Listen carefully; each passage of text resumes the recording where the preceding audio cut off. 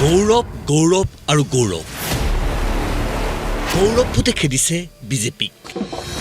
মুখ্যমন্ত্ৰী মন্ত্ৰী সাংসদ বিধায়ক সকলোৰে মুখত কেৱল গৌৰৱ গগৈৰ কথা কেতিয়াবা প্ৰত্যক্ষ কেতিয়াবা পৰোক্ষ কেতিয়াবা প্ৰত্যক্ষে কেতিয়াবা পৰোক্ষে খুব মুখ্যমন্ত্ৰীৰ কথা দুবাৰ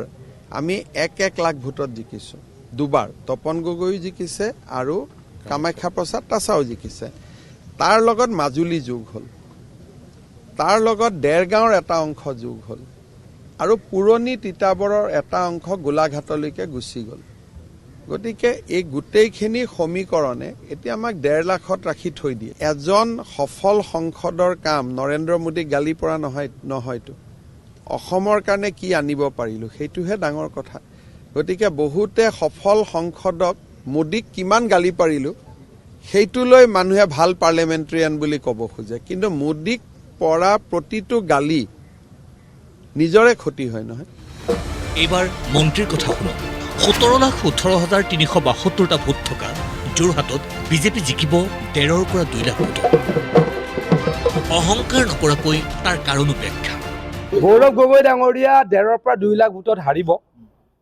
বেছিকৈ নকওঁ বেছিকৈ ক'লে অহংকাৰ কৰা হ'ব গৌৰৱ গগৈ ডাঙৰীয়াই শিৱসাগৰৰ কোনো অঞ্চল চিনিয়ে নাপায় সোণাৰী ক'তো চিনিয়ে নাপায়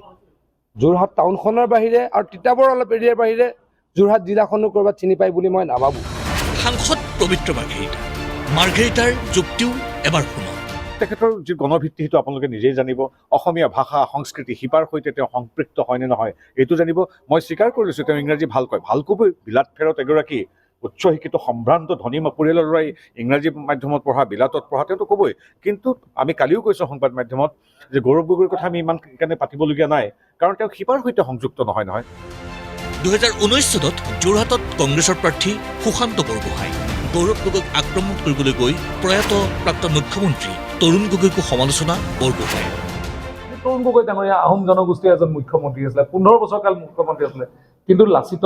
বৰফুকনৰ সেই ডাঙৰ মূৰ্তি কেতিয়াও তেওঁ বনাবলৈ সপোন দেখা নাছিলে কোনে কৰিলে ডক্টৰ হিমন্ত বিশ্ব শৰ্মা ডাঙৰীয়াই কৰিলে কোনে উন্মোচন কৰিলে প্ৰধানমন্ত্ৰীজন আহি আজি উন্মোচন কৰিলে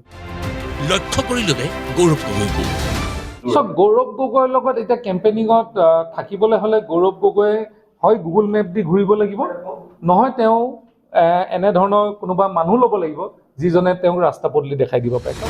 কোনো ফেক্টৰ নোহোৱা গৌৰৱ গগৈক লৈ কিয় ইমান ব্যস্ত বিজেপি নেতৃত্ব সীমাৰ পৰিৱৰ্তন হৈছে বিজেপিৰ দুৰ্গ মাজুলী অন্তৰ্ভুক্ত হৈছে যোৰহাটত কংগ্ৰেছৰ দুৰ্গ তিতাবৰৰ অংশ কৰ্তন কৰা হৈছে তাৰ পিছত শাসক পক্ষৰ এনে ব্যগ্ৰতা আৰু ব্যস্ততা বেছ আকৰ্ষণীয় হৈছে ৰিপৰ্ট প্ৰতিদিন টাইম